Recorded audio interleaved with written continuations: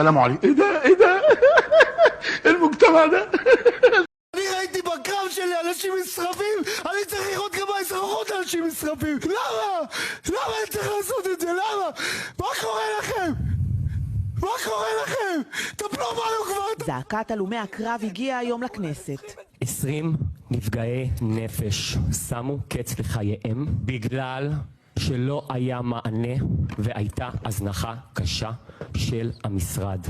לאחר מותו המצער של בר קלף שהצית את עצמו בשבוע שעבר ומת מפצעיו, ומותו של אור דוניו, גם הוא הלום קרב מוכר, התכנסה היום השדולה להלומי קרב בכנסת לדיון מיוחד באמצע הפגרה. דניאל סער, הבן של רונן סער, הוא כבר חודש נמצא במצב של צמח. למה? כי הוא התאבד, ניסה להתאבד לפחות, בפעם ה-10, 11. יש לילות שאני לא יכול לישון. אם אתם רוצים, יש לי פה סרטון של אבא שלי תולה את עצמו מול אגף השיקום, כדי שיכירו בו. למה אני צריך לראות את זה? למה חייל בעזה שנמצא בפעילות צריך לקבל שיחות מאנשים שאומרים לו תפתח עכשיו את הפייסבוק, יש לייב, אבא שלך מתאבד.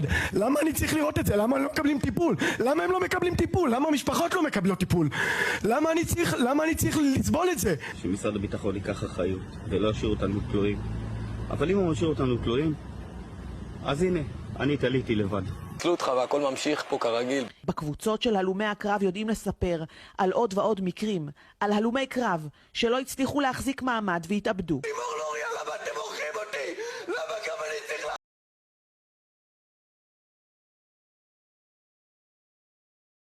I was born and raised in Israel until I was 10 years old. I left in 2007, making me 27 years old now.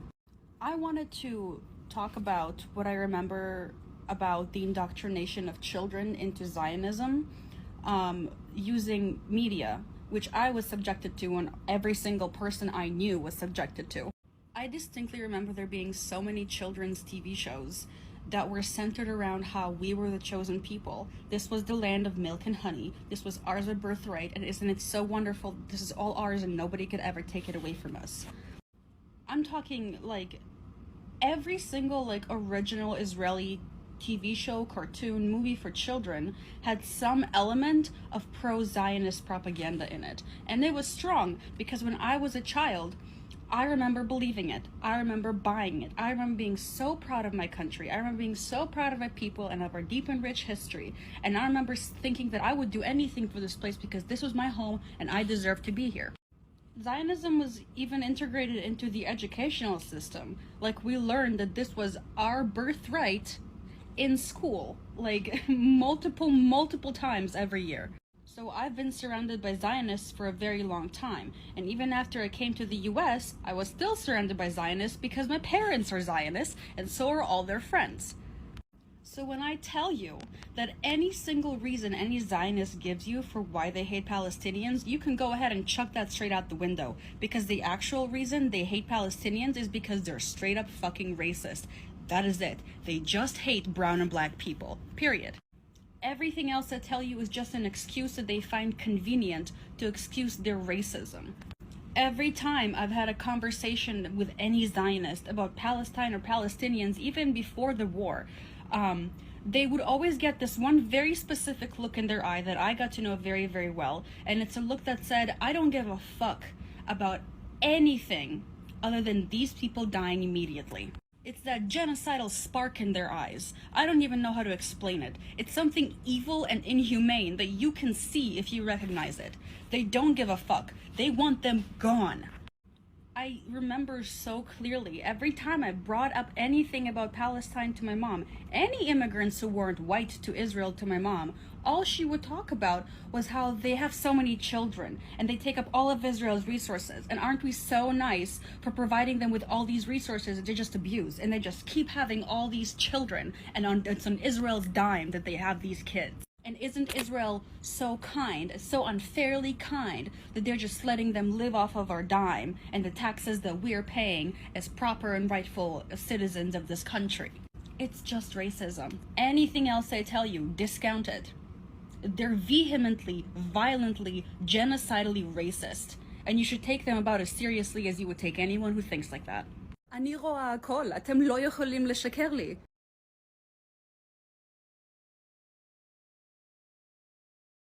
Hoy hemos conocido que Netanyahu ha declarado non grata a las Naciones Unidas en Israel.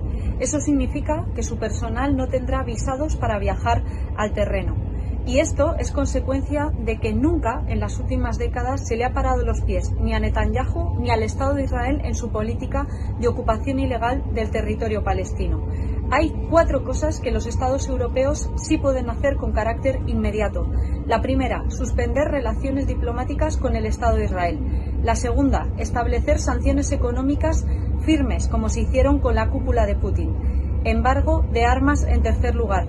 Y en cuarto lugar, como también se hizo en el caso de la guerra de Ucrania, llevar a Netanyahu y a todos los responsables políticos que están llevando a cabo bombardeos contra población civil ante la Corte Penal Internacional. Actuemos, aún es posible detener el genocidio. $5,000 is what I was just offered to pledge my support to Israel. This Zionist organization emailed me this morning and they said, "We have been following your content on TikTok and appreciate your passion for the Middle East. Our organization, which seeks to help understanding, would like to offer you a sponsorship opportunity. We have noticed your support for the Palestinian cause and we respect your dedication to important issues. However, we believe that there may be some misunderstandings and misperceptions regarding Israel and you have fallen for the lies of the rabid dogs. What the f***? We are willing to offer you $5,000 to go live and pledge your support for Israel. We aim to provide you with resources and experts who can make you see the truth. Your voice is influential and we believe it's essential to not spread the lies of terrorists on accident. We look forward to working together to promote greater truth in the world." This is horrible.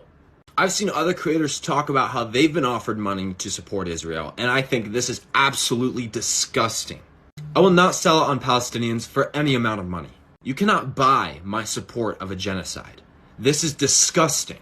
And calling them rabid dogs and terrorists, like, how much racism do they think they can get away with? And I'll just be like, oh, that's normal, right? Free Palestine.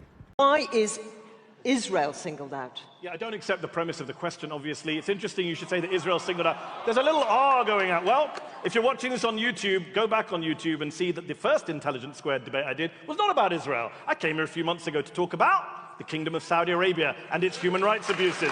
So before I even turned up for Israel, I came to condemn Saudi Arabia. And this, I get it. There are lots of UN resolutions condemning Israel. I get that. But if you look at actual practical sanctions, there are no sanctions on Israel from Western countries for human rights abuses. There are against Syria, there are against Russia, there are against Iran, there are against North Korea. So no, I don't think Israel's being singled out. I'd actually like to see sanctions put on Israel so it's treated like other human rights abuses.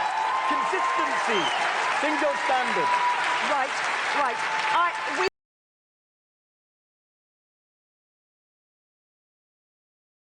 Je suis pour le coup d'accord avec Assisi. Il faut absolument pas qu'il s'installe dans le désert du Sinaï. Ça, ce serait vraiment une catastrophe sécuritaire pour tout le monde, pour l'Égypte et pour Israël. Il n'en est évidemment. Alors, qu'est-ce qu'on fait?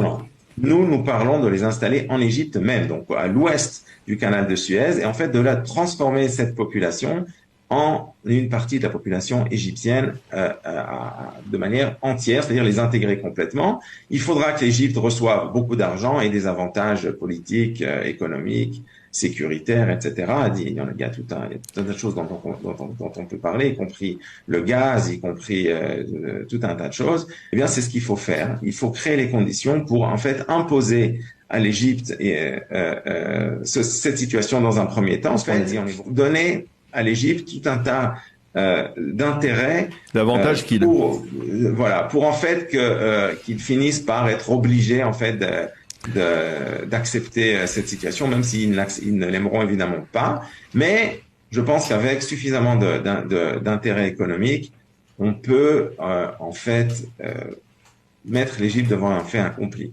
C'est ça l'idée. Ça, c'est d'un autre côté, on peut aussi voir. On sait que le Premier ministre, par exemple, écossais a dit qu'il était prêt à accepter certains Palestiniens. Je n'ai aucun doute qu'il y a d'autres pays au monde qui peuvent accepter une certaine quantité de Palestiniens contre devises sonnantes et trébuchantes. Je veux dire, ils sont pas obligés d'accepter 10 millions de Palestiniens non plus, ou 2 millions. Il peut parfaitement, dans des pays d'Afrique, par exemple,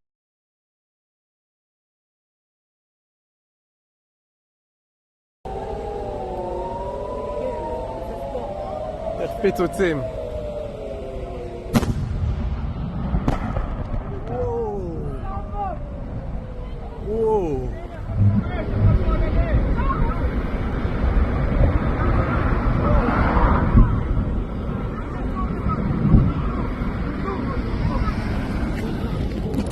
תרדו על הרצפה.